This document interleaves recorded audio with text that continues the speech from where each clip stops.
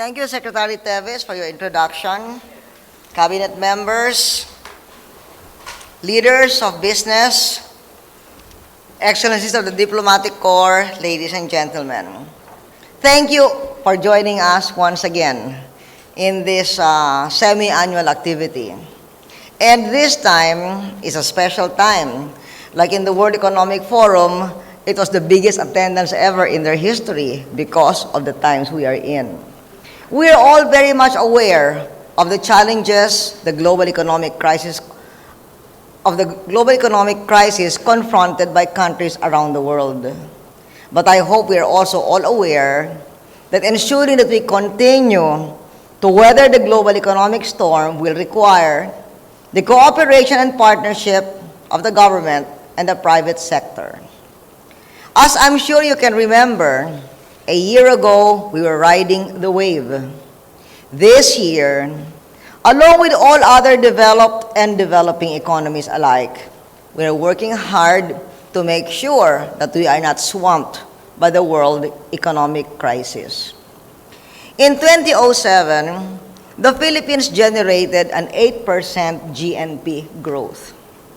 In 2008, when two-thirds of the world went into a recession, we still managed a 6.1% GNP growth.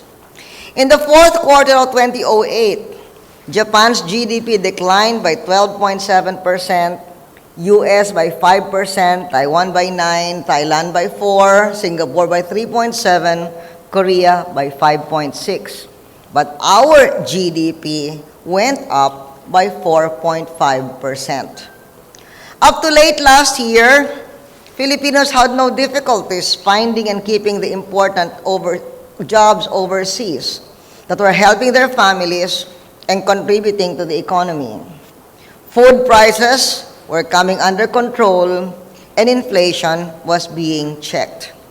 Since then, the global financial turmoil has spread and jeopardized the well-being of billions of people across the globe. Late last year, 5,500 of our expatriates lost their jobs. Thank goodness today, the number still remains largely the same. Between then and now, 39,000 domestic workers, mostly in the export sectors of electronics, auto parts, garments, and mining, have lost their jobs, though 3,000 new jobs are being processed daily.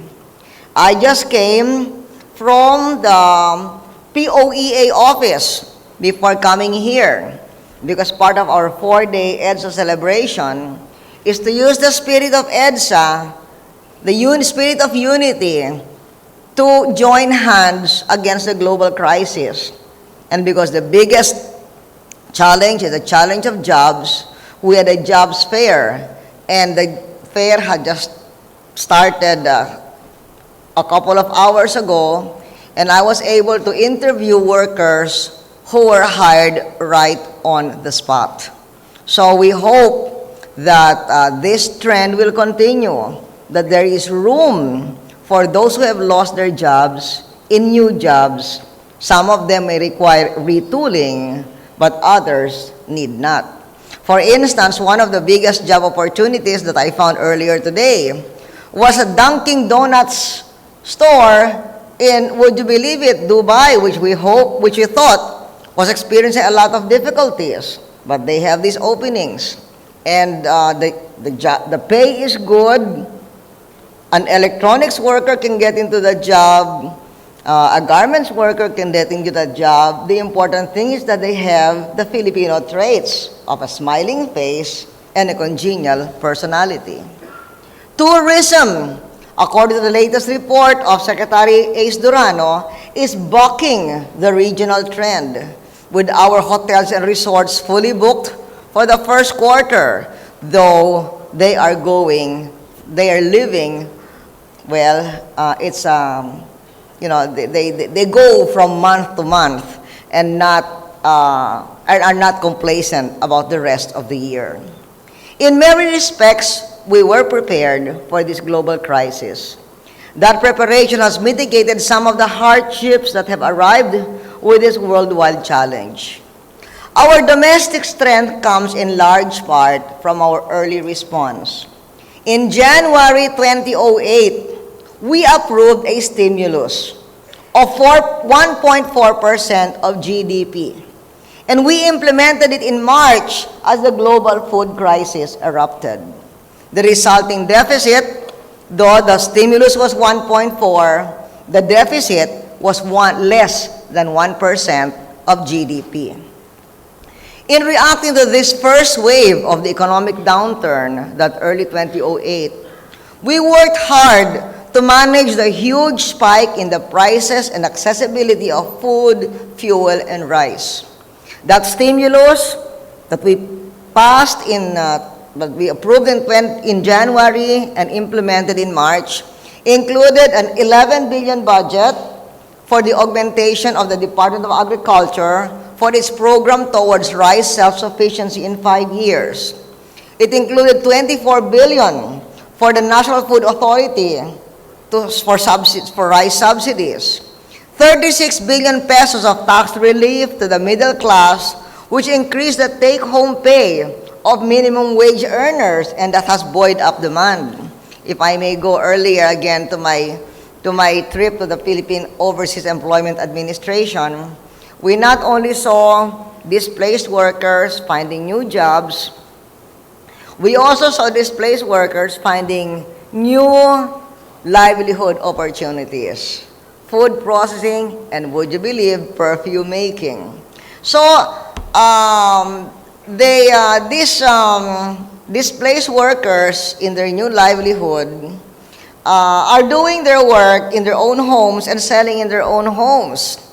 And the one who was doing meat processing has a very brisk business, so she has decided that she will she will also study part-time in TESDA so she can go into commercial cooking and expand her little meat process business into a restaurant because she's doing very well where she is now.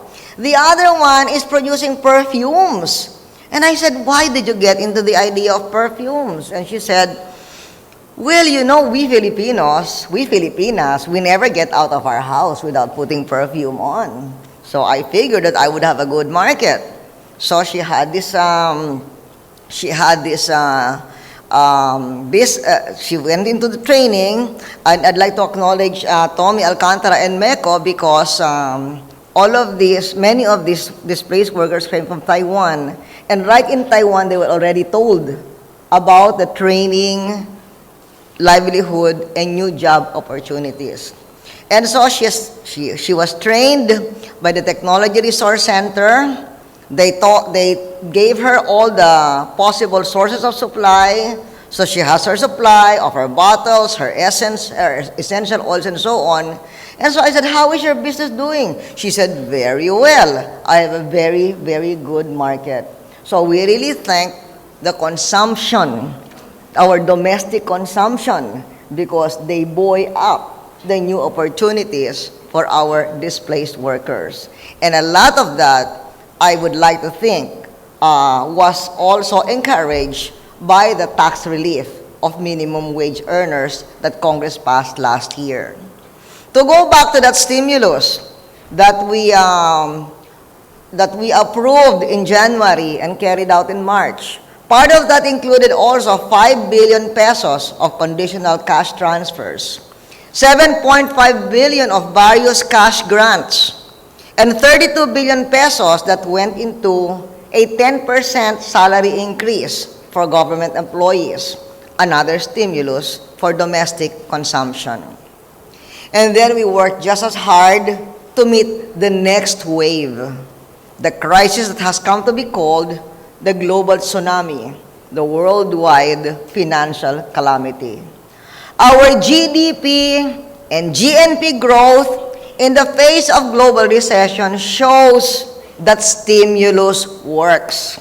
It shows it is not bound to fail. But we all have to work together to make sure that it succeeds. We have acted to protect the poor, as we also work to protect our nation.